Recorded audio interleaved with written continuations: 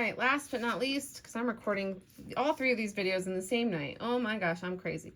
All right, so extra practice. So you didn't have to do these problems, but I figured that I would provide them for you in case you wanted some extra things to practice when you are at home to study for this test. So, and I know you guys are all good students, so I know that you care. So here you go. The limit as x approaches 2 of 4 plus 3x minus x squared. I've got no denominator to worry about, so we can just go ahead and plug in that 2 for all of these x's in here. So 4 plus 3 times 2 minus 2 squared. And this type of work I'm not really worried too much about you showing because you should be able to whip that out pretty quickly. Following order of operations, 4 plus 3 times 2 is 6. 2 squared is 4. 4 plus 6 is 10. 10 minus 4 is 6. So the answer is 6.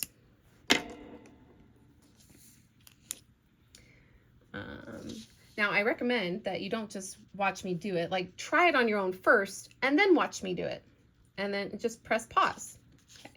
Number 2, g of x equals this piecewise function. What is the limit as x approaches 1 from the left of g of x? Okay, I've got 2 pieces. So the x's that are less than or equal to 1, these are the ones on the left of 1.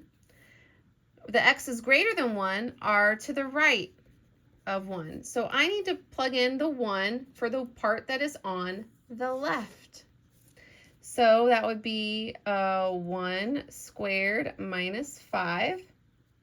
Well, that would be a negative 4 because 1 minus 5 is negative 4. So the limit is negative 4.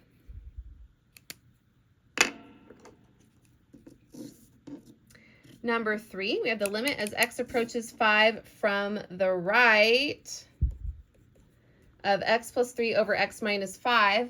There's nothing to cancel or factor, so we have no choice but to graph it. So we know that there is a VA at x equals positive 5. 1, 2, 3, 4, 5. So I know I've got a VA right there.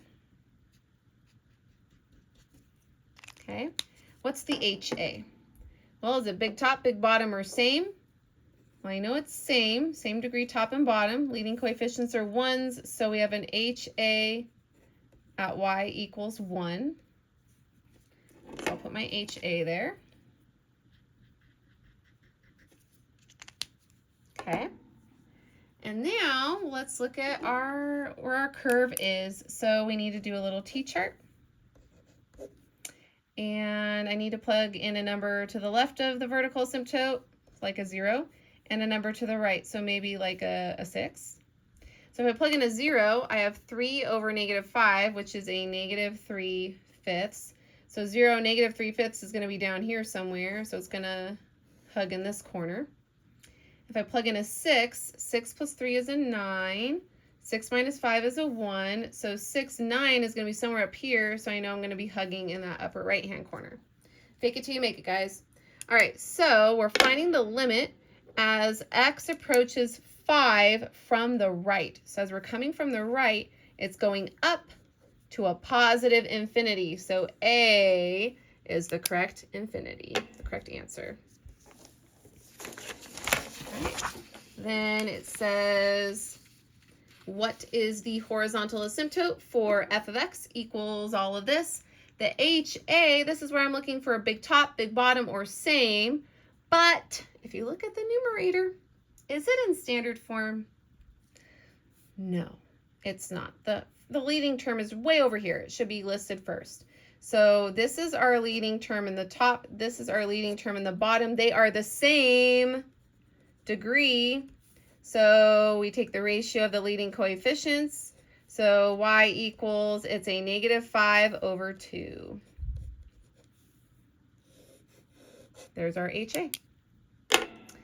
All right, for number 5, it says find the average rate of change for f of x equals 90 minus, that's a 10, x squared over the 0.01. So we're finding average rate of change. That means we're finding good old-fashioned slope, not the derivative. We're finding just slope, y2 minus y1 over x2 minus x1. So to find the slope, I need 2 points. All right, so this is the interval I'm on. These are x values. So this is an x1, this is an x2. So I need to find my y values that go with those x values. So I need to try f of 0. So 90 minus 10 times 0 squared. Well, that gets wiped out. So it's just 90. So my first coordinate is when x is 0, y is 90. And then for the other one, when I plug in a 1 for x, I'm going to get 90 minus 10 times 1 squared. Well, 1 squared is 1. 1 times negative 10 is negative 10. 90 minus 10 is 80. So when x is 1, y is 80. So now we're going to use the slope formula on that. So, oh, don't roll off the table. Okay. So, remember slope, good old-fashioned y2 minus y1, I can go 80 minus 90, but since I'm going bottom to top, I have to go bottom to top on the x, over 1 minus 0. Well, 80 minus 90 is negative 10. 1 minus 0 is 1. So the average rate of change is negative 10 at that coordinate, or on that interval. All right, and then number 6, it says find the slope of y equals x squared plus 3x at x equals 1. Now when it just says find the slope and it doesn't throw the word average in front of it, that means that we are finding a derivative. Okay, so the f of x plus h minus f of x all over h. So the limit as h approaches 0 of, got to plug in x plus h's for those x's, x plus h squared plus 3 times x plus h. That is my f of x plus h. Minus the OG, so I got to subtract that x squared and I got to subtract that 3x, just distributing all in one step so I don't have to rewrite it again. So there's that part. And now let's clean this up. We know that x plus h squared is x squared plus 2xh plus h squared. We're going to have to distribute that 3. And so let's rewrite it. So the limit as h approaches 0 of x squared plus 2xh plus h squared plus 3x plus 3h minus x squared minus 3x all over h. Oh my gosh, so much.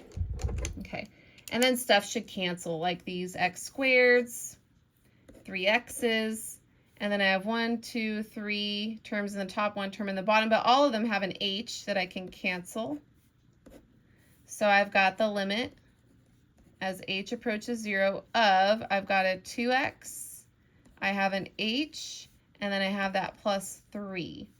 Now we can plug in that 0 for the h there, and now I just have 2x plus 3, but it gave me an x value of 1 to plug in, so 2 times 1 plus 3, so that is 5. So B was the correct answer to that one. Okay. And then, I'm like, there were more. For number 7, we have this graph, and there's parts that we need to answer. So part A, it says the graph is continuous at, so where is the graph continuous? At x equals negative 2, oh, nope, that's a VA. So it is not continuous there. At x equals 0, we have a jump, so it is not continuous there. At x equals 3, it's got a limit and it's defined there. Yes, that one is continuous. Let's check the 4. It is not continuous at x equals 4 because there is a hole right there. So the only answer that is continuous is C. All right, letter B. There is a removable discontinuity at, so a removable discontinuity is a hole. We have a hole at x equals 4. My ink must be drying up on that one. All right, letter C. Which statement is true? F of 4 does not exist. F of 4, there is a hole there, but it is defined, so it does exist. So this is false. We're looking for a true statement. The limit as x approaches 4 of f of x exists. So as x approaches 4, the limit, yeah, from the left and the right, it does exist. So this one is true. Let's keep going just to double check. F of x is continuous at x equals 4. Oh, nope, There's a hole there, so it's not continuous. The limit exists, but it's not continuous, so that's false. And the limit as x approaches 4 from the left equals the limit as x approaches 4 from the right, which equals f of 4. Well, it does have a left and right hand limit, but f of 4 is defined at 0, not at 1. So it doesn't equal f of 4 because there's a hole right there. So this is false. So B really is the only one that is true. Okay, and then number 8, the limit as x approaches 4 of all of this. So this one, pay attention, guys. You're going to need this technique, okay? So notice it's backwards. Bugs me so bad. Because if I were to put this in standard form, I would be leading with a negative. So here's a nifty little trick that you guys can use. Factor out the negative and put it in standard form. If I factor out that negative, that becomes a positive x squared. If I factor out the negative, that becomes a negative x. If I factor out the negative, that becomes a negative 12. In the bottom, if I factor out a negative, that x becomes positive. If I factor out the negative, that 4 becomes negative. Oh, look, a negative divided by a negative. Now, this doesn't always happen this way, but when it does, we ain't going to question it. That's nice. A negative divided by a negative is positive. How about that? Okay, and then we know if we plug in a 4 for x right now, it makes the denominator 0. So we need to factor that numerator. So the limit as x approaches 4 of, now because x minus 4 is in the denominator and we know that that's a problem, we know it's got to cancel in the numerator somehow. So we know x times x gets us the x squared. We need to figure out what times negative 4 would get us a negative 12. Well, I need a positive 3 for that. And you can always double check it. X times x is x squared. X times negative 4 is negative 4x. Negative 4x and 3x is negative 1x, and 3 times negative 4 is negative 12. So it checks out. Boom, boom. Now we can plug in the 4 for that remaining x. 4 plus 3 is 7, so the limit is 7. Okay. And then, last but not least, we have an extra practice FRQ to do. Okay. So it says let f be the function. We got a piecewise function. Is f continuous at x equals 1? Explain. So here's where you have to check. When we plug in a 1 for x on this side, what is it going to equal? Well, 3 plus 1 is a 4. Square root of 4 is 2. Okay. For the other piece, plugging in a 1. Okay.